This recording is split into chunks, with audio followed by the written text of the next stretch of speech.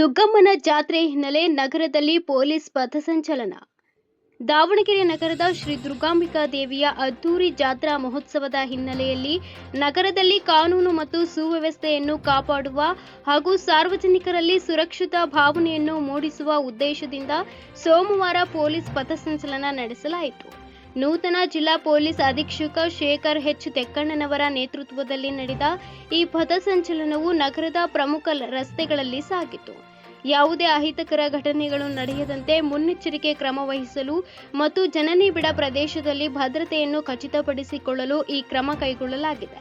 Police ಪಥಸಂಚಲನವು ನಗರದ ಹೊಂಡದ ವೃತ್ತದಿಂದ ಆರಂಭವಾಗಿ ಅಂಬೇಡ್ಕರ್ ವೃತ್ತ, ಹಗಿತಿಬ್ಬ ವೃತ್ತ, ಕಾಳಿಕಾದೇವಿ ರಸ್ತೆ, ಗ್ಯಾಸ್ಕಟ್ಟೆ ವೃತ್ತ, ಎಸ್ಕೆಪಿ ರಸ್ತೆ ಮೂಲಕ ದುರ್ಗಾಂಬಿಕಾ ದೇವಸ್ಥಾನಕ್ಕೆ ತಲುಪಿತು.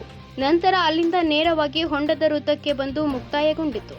ಈ ವೇಳೆ ಮಾತನಾಡಿದ ಎಸ್ಪಿ ಶೇಖರ್ ಎಚ್ ತೆಕ್ಕಣ್ಣನವರ್, ಇತಿಹಾಸ ಪ್ರಸಿದ್ಧ ಶ್ರೀ ದುರ್ಗಾಂಬಿಕಾ ದೇವಿ ಜಾತ್ರಾ ಮಹೋತ್ಸವವನ್ನು ಸಾರ್ವಜನಿಕರು ಮುಕ್ತವಾಗಿ ಆಚರಣೆ ಮಾಡಲು ಸೂಕ್ತ ಭದ್ರತೆಯನ್ನು ಕೈಗೊಳ್ಳಲಾಗುವುದು.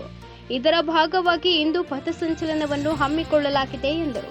ಸಾರ್ವಜನಿಕರು ಕೂಡ ಹಬ್ಬವನ್ನು ಶಾಂತಿಯುತವಾಗಿ ಆಚರಣೆ ಮಾಡಬೇಕು. ಪೊಲೀಸ್ ಇಲಾಖೆಯಿಂದ ಭಯದ ವಾತಾವರಣ ನಿರ್ಮಾಣವಾಗದ ಹಾಗೆ ಸೂಕ್ತ ಭದ್ರತೆಯನ್ನ ಒದಗಿಸಲಾಗುವುದು. ರೌಡಿಗಳು, ಕಿಡಿಗೇಡಿಗಳು ಹಬ್ಬದಲ್ಲಿ ಭಯದ ವಾತಾವರಣ ನಿರ್ಮಾಣ ಮಾಡಬಾರದು ಎಂದು ಎಚ್ಚರಿಕೆ ನೀಡಿದರು.